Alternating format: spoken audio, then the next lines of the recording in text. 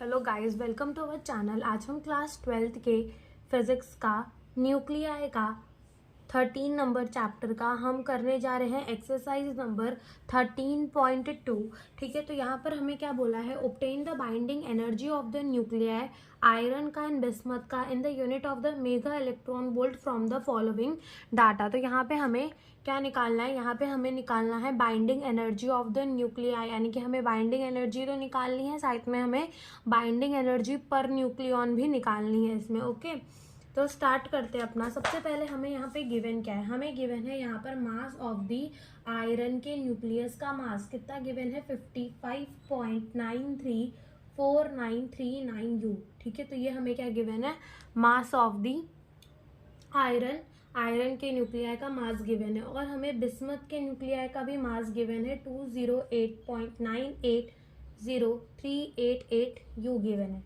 ठीक है, और हमारा आयरन जो है वो क्या है 26 और 56।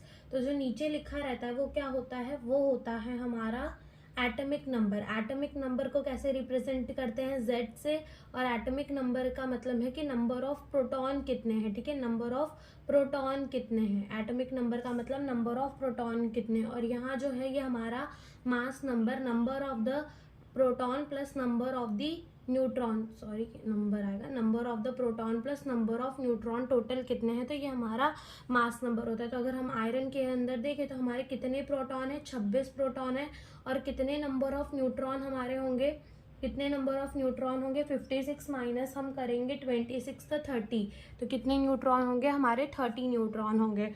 और अगर हमें मास ऑफ द प्रोटॉन निकालना हो तो हम क्या करेंगे, देखो यहाँ से अगर हमें मास ऑफ द प्रोटॉन निकालना हो तो 26 इंटू एक प्रोटॉन का मास कितना होता है, एक प्रोटॉन का मास होता है 100782 यू। ठीक है, और अगर हमें मास ऑफ न्यूट्रॉन निकालना हो तो 30 इंटू एक न्यूट्रॉन का मास कितना होता है 100866 यू। ठीक है, अब यहाँ पर हम पहले क्या निकाल लेते हैं, डिफेक्ट मास। डिफेक्ट मास पता है ना क्या होता है, डिफेक्ट मास हमारा, जब हमारा न्यूक्लियस बनता है तो कुछ मास जो है डिसअपियर हो जाता है, उसको ही हम कहते हैं डिफेक्ट मास। तो डिफेक्ट मास कैसे निकलता है, mass of proton plus mass of neutron minus mass of the nucleus. ठीक है, तो मास ऑफ प्रोटॉन लिख दो यहाँ पर कितना हो जाएगा, 26 into 1.007825 plus mass of neutron 30 into 1.008665 minus mass of the nucleus हमें कितना गिवन है 55.934939। ठीक है, तो जब अपन 26 को मल्टीप्लाई करेंगे विथ 1.007825 तो जो हमारा आंसर है वो कितना आएगा 26.20345 प्लस जब 30 इंटू 1.008665 करेंगे तो जो हमारा आंसर है वो आएगा 30.25995 minus mass of the nucleus 55.934939। ठीक है, जब इन दोनों को प्लस करेंगे तो जो हमारा आंसर आएगा वो आएगा 56.4634 माइनस 55.934939। ओके, तो जब अपन 56 माइनस 56.4634 माइनस 55.934939 को माइनस करेंगे तो जो हमारा आंसर है, ठीक है, वो कितना आ जाएगा 0.528461 यू। ठीक है, तो ये हमारा क्या आ गया, डिफेक्ट मास आ गया ना। हमको पता है कि हमको क्या निकालना है, बाइंडिंग एनर्जी। तो बाइंडिंग एनर्जी का फॉर्मूला होता है mc², वेयर डेल्टा m क्या है, यहाँ पर m जो है वो क्या है, हमारा डिफेक्ट मास है। ठीक है, तो अब देखो यहाँ पे पुट करते हैं, डिफेक्ट मास कितना आया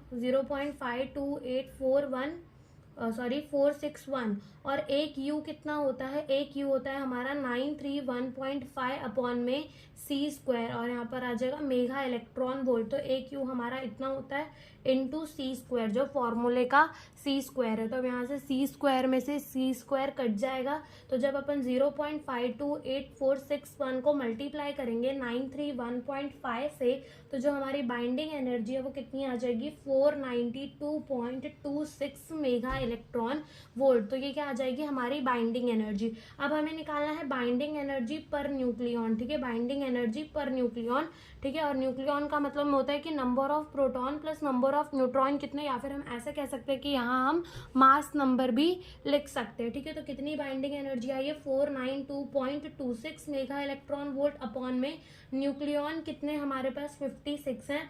तो इसे जब हम डिवाइड करेंगे तो जो हमारा आंसर है वो आ जाएगा 8.790 मेगा इलेक्ट्रॉन वोल्ट। तो ये हमारा आ गया बाइंडिंग एनर्जी पर न्यूक्लियॉन, ठीक है। तो ये हमारा आयरन का हो गया। अब सेम ऐसे ही कर